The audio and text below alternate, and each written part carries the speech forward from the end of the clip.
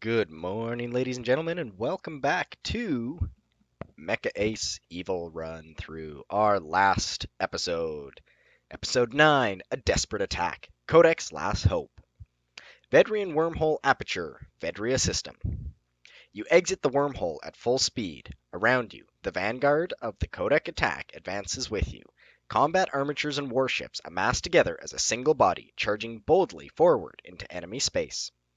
Before you, the enemy fleet is in chaos. Captain Balin's plan has worked perfectly. The enemy formation has been broken, its battleships and combat armatures clustered into chaotic tangles around the shattered wreck of Crown Station. One or two of the enemy vessels have been destroyed outright. The shattered shells of their hulls are the only thing barring your way forward. However, they begin responding quickly to this new and unexpected attack.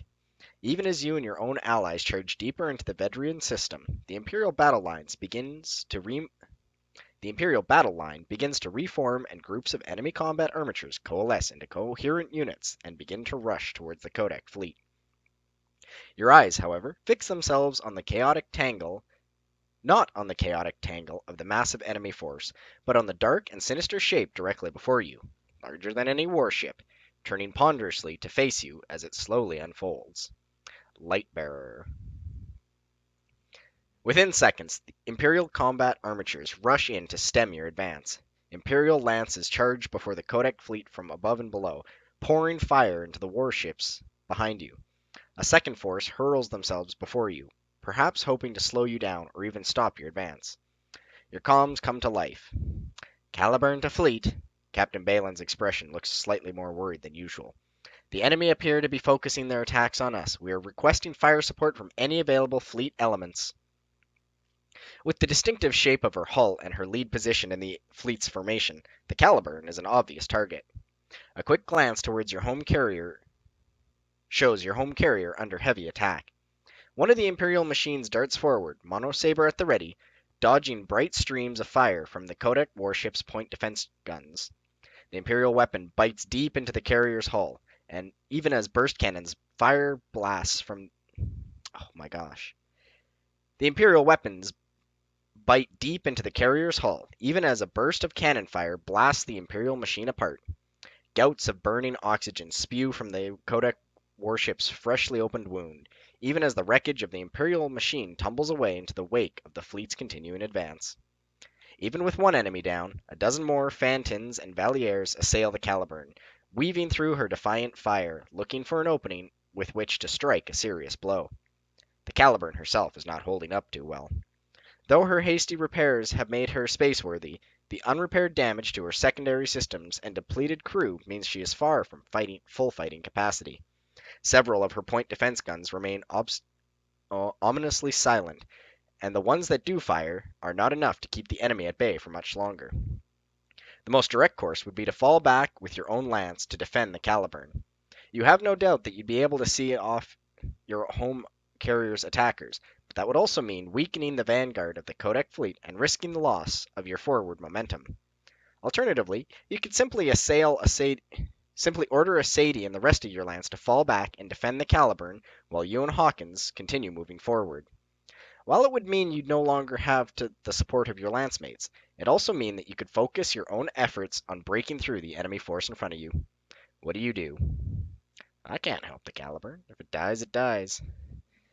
Your home carrier might need your help, but you and your allies are needed even more here, at the forefront of the advance. There is still an Imperial force blocking your way, and your most important objective is to break through it and to get to the Lightbearer beyond. The Caliburn will have to fend for itself.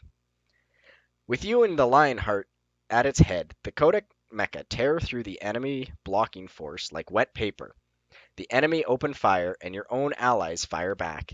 Half of the enemy is wiped out in the first instant. Hawkins' own Lionheart dashes into the fray, cutting down 3 more Imperial machines with lashing cuts of its plasma cutter. Within seconds, you are through. 1 or 2 of your machines go down from lucky hits, but the handful of Imperial mecha who tried to stop you are all but annihilated. The way forward to the Lightbearer is clear, for now. With the last of the enemies between you and your objective dealt with, the rest of your allies peel off to face the bulk of the Imperial fleet. Only you and Hawkins continue to the Lightbearer itself. Every other ship and combat armature will be needed to buy you time and the defector. You and the defector need to take over the Imperial superweapon and bring it to bear on the enemy. The main body of the enemy fleet still has the advantage of numbers and sheer firepower, and your allies, as depleted as they are, will not be able to hold off the enemy for long. Already, the two forces probe at each other's defenses, needling each other with skirmishing attacks and long-range missiles. Only a few of the missiles strike home, and a few of the probing strikes draw blood, but soon this will turn into a cataclysmic inferno of a full-fledged fleet engagement. Your allies would not last long in such a battle, especially with the numbers as uneven as they are. Though the Codex fleet will buy you as much time as possible, it will not be much.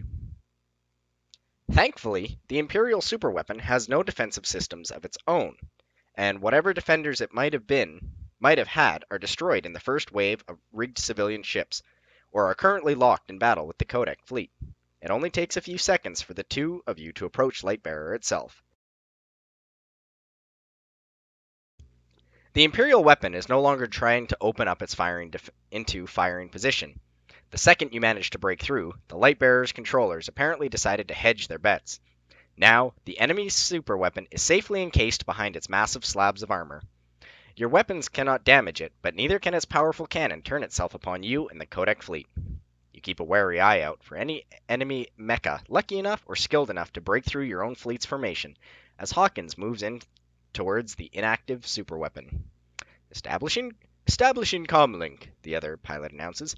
Link established, inputting commands. A moment later, Hawkins' mouth forms into a grim, almost pained smile. I have control. And then, the comlink goes silent. There is a moment of complete confusion as you try to make sense of Hawkins' sudden silence. Has his comm failed somehow? Are the Lightbearer's systems causing interference? You try opening a new channel. Hawkins, this is Zaft Lead. Respond. Still silence. A glance behind you shows a momentary flash of the battle. Codex forces are being pushed back, overwhelmed by sheer numbers. Worst of all, you see the Caliburn in her dying throes, a silver, knife-edged hull broken open, her wounds bleeding fire and exotic matter as her familiar shape crumples under a storm of Imperial fire. You see it before you turn away before it happens, but you see the echoes of the bright flash of her reactors going critical. Your ship, your comrades, your home, gone. You try again. Hawkins, reactivate the Lightbearer and get into firing position. If we hit the Imperial fleet, we can finally crush the enemy for good. This time, you get a response, but not the one you were waiting for. Hawkins reappears on your comm screen. I'm afraid I would consider such an outcome to be unacceptable. The next thing you know, you are staring down the barrel of Hawkins' particle rifle. If it's a fight you want, I'm more than happy to give you one. Hawkins looks away for a moment, expression pensive. A fight? Yes, I suppose a fight is what I want, though I doubt I desire such a thing for the same short-sighted purpose as you. Exasperation and frustration well up in you, mixing with anger as your lips curl into an uncontrolled snarl. What the hell is your deal, Hawkins? First you defect from the Imperial fleet, then you join us. Then you don't even stay with us for a full day before trying to stab us in the back. Is there some kind of master plan with this, or do you just enjoy screwing people over? Hawkins' eyes narrow behind the mask. I did not lie to you when I spoke of my disgust for this. He waves a languished hand at the bulk of the Lightbearer beside him. Abomination. I have no intention of allowing the Empire to strip the bravery, the skill, and the decency of war by using such a weapon as this. He leans forward, his voice low and dangerous. However, if you think I would allow the rebellion to use this device to end the war, you are gravely mistaken. This war has brought out the noblest and most extraordinary qualities in ordinary people, and made them heroes, paragons, and great leaders. I have no wish to see those same qualities wither away under the bitter winter of peace. Hawkins' hand gives a dismissive flick, as if the concept of lasting peace, so disdainful to him, were no more than dust. The Lightbearer will be destroyed. The war will continue the way it should, and humanity will be stronger for it. You're right. Hawkins' eyebrows raise under his mask. Really now? Is that so? You nod. This war has made me stronger, better, smarter. Even more than that, it's allowed me to shed the mundane life I lived before and become something extraordinary. You're right. You've been right the whole time. A beautiful smile forms over the other pilot's features. I'm glad we are finally in agreement, Capek. If we are of one mind, then will you not stand in my way? You shake your head. Hawkins' smile broadens. The other pilot's machine lowers its weapon. Good. The other pilot looks away for a moment, then turns back. The light bearer will self-destruct in 30 seconds. I suggest you get out of the way. Oh, wow. That's it. Well, you know what? Screw it. Let's combine the epilogue in here too, because that was so short. Epilogue, 4 years later. Somewhere near Hippogriff 4, Hippogriff System. One ore carrier, 3 escorts, you report. They look like older model machines. Shouldn't be too hard to take down. Hawkins nods back with his now customary grim-set expression. Sometimes you remember when the ex-Imperial used to grin and frown and even laugh. Then again, it's been so long since that happened, sometimes you wonder if that was just a figment of your imagination. You do remember other things more clearly than that, though. The vast, blinding explosion as the light bearer immobulated itself, the funeral pyres of the Kodak fleet's last warships as they succumbed, oh my gosh, to the onslaught of the Imperial fleet. The next few weeks had been chaotic. You had been hunted by both sides as a traitor, even as the Kodak rebellion collapsed and the Empire's ships and Mecha stormed through the Vedrian wormhole into New Libsyn. At first, the two of you sought out any fight you could, against the remnants of the Kodak military, against the Imperial fleet, against anyone who'd shoot back. Then, the war ended. The Kodak Defense Committee surrendered under the shadow of the Imperial Grand Fleet, and the Empress ordered her admirals to hunt down the last holdouts against the Imperial rule of the Outer Systems, a category which included the two of you. As the Empire of Humanity Ascendant reassured its control over the outer colonies with more force than ever before, you and Hawkins found few places to hide. Fighting back became even less of a viable option. 2 highly trained, highly skilled pilots in military-grade combat armatures could take down a single isolated warship or an entire lance of enemy mecha, but to fight one of the Empress's carrier battle groups single-handedly was suicide. Both of you were smart enough to know that. So you fled, away from the settled outer systems, away from civilization, away from the Imperial patrols and the vengeful old Kodak veterans, into the far fringes of the settled galaxy. Hippogriff had only been settled for 10 years before the beginning of the Kodak Rebellion, and even now, the only colonies are a handful of mining stations on the plutonium-rich Hippogriff 4. Within a year, the two of you had put together a new home on this new asteroid, and recruited a few rogues to maintain it. From there, the two of you flew out with increasingly worn and makeshift combat armatures, picking fights wherever you could, not just for the sake of Hawkins' philosophy of strength through battle, but simply for the loot which would keep your crew loyal and fed for another week. This is why the two of you were currently bearing down on a small civilian ship loaded with ore on the edge of the known galaxy.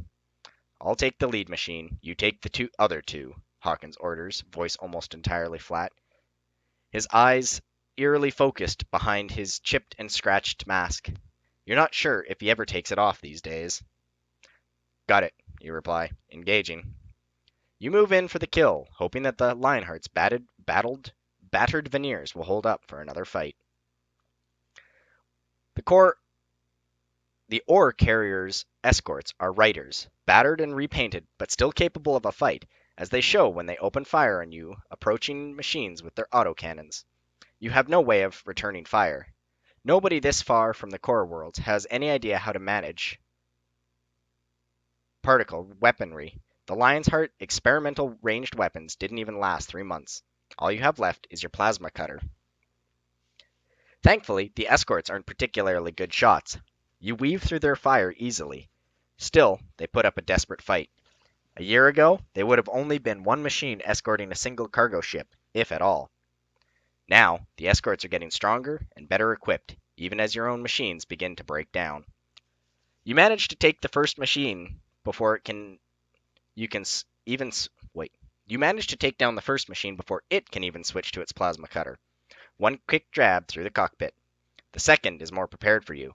He parries your first blow and strikes back with vicious enthusiasm. However, exuberance is no match for skill and experience. You pull the Lionheart down as your opponent strikes, then you strike from below. Your opponent's machine reels backwards. Reactor fatally compromised. A side glance tells you that Hawkins has dealt with his opponent as well. The whole battle has lasted for 4, maybe 5 seconds.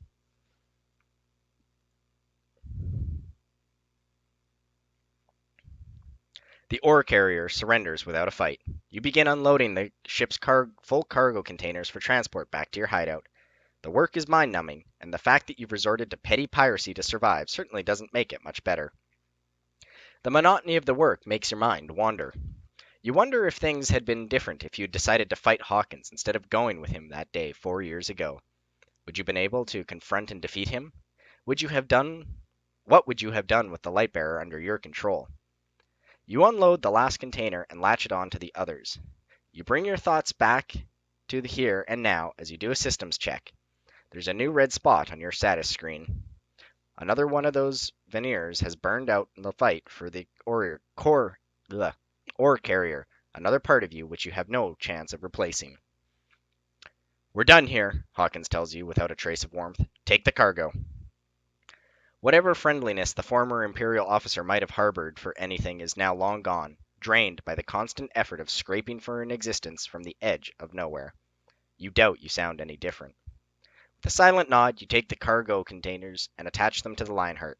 Slowly, you begin the journey back to your base, hauling another load of loot to keep going for another few days. After that, you'll have to find another ore carrier, fight another escort, win one more battle against the universe.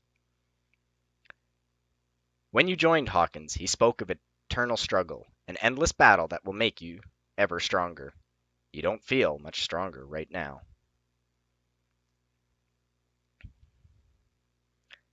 No thanks. Well, that's a shame. I fucked that up at the end there. One moment here. One moment. Actually, come back for part, I believe, 13, and we will do things properly. So hang on one sec.